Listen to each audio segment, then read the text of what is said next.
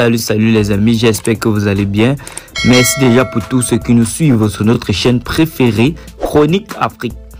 Aujourd'hui, on s'étape d'une nouvelle information, notamment du côté du Mali. L'affaire des 46 soldats ivoiriens. Les Ivoiriens et les Maliens s'accordent sur un document commun.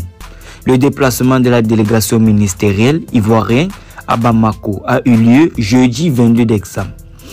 Elle était arrivée ce jeudi pour des discussions en vue de la libération des 46 militaires ivoiriens détenus depuis 5 mois dans la capitale malienne. Avec notre correspondant régional, Serge Daniel, en présence du médiateur togolais, les deux partis maliens et ivoiriens ont été acceptés de signer un document attendant la libération des 46 militaires ivoiriens et le renforcement des relations entre les deux pays. Le facilitateur togolais a joué son rôle, mais la missive récemment renvoyée par le président ivoirien Alassane Ouattara au colonel Assimi Goïta a contribué à faire baisser la tension. Politiquement, le téléphone fonctionne désormais entre le palais présidentiel de Bamako et celui d'Abidjan.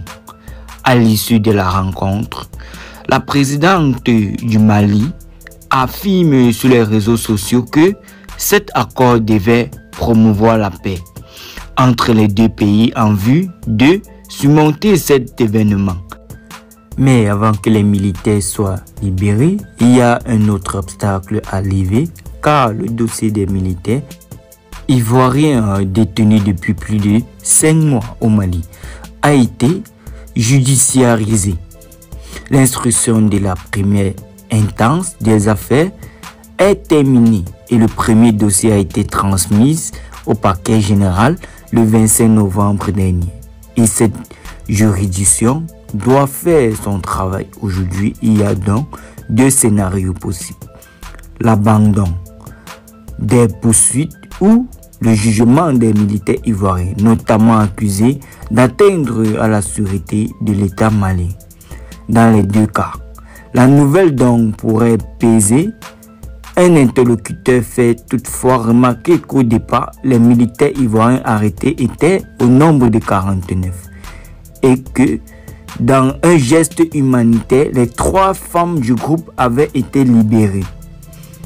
Affaire des 46 soldats ivoiriens, le ministre togolais des Affaires étrangères à Bamako. Si la Côte d'Ivoire a accepté de signer le document, cette fois-ci, c'est que certaines des préoccupations ont été prises en compte de part et d'autre. L'ambiance de travail était fraternelle, commentait un membre de la délégation ivoirienne. Nous avons avancé sur le dossier. Confié de son côté une sous-officier malien. Nous sommes heureux d'être témoins et consignataires de l'engagement que les 2 parties, la partie malienne et la partie ivoirienne, ont pris ce soir à Bamako, a déclaré Robert Dussel, ministre togolais des Affaires étrangères.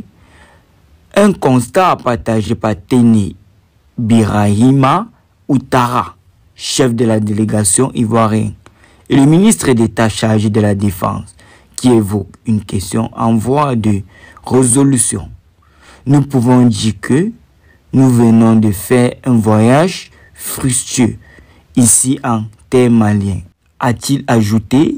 Restez toujours courtois en commentaire et respectez les règles de la communauté.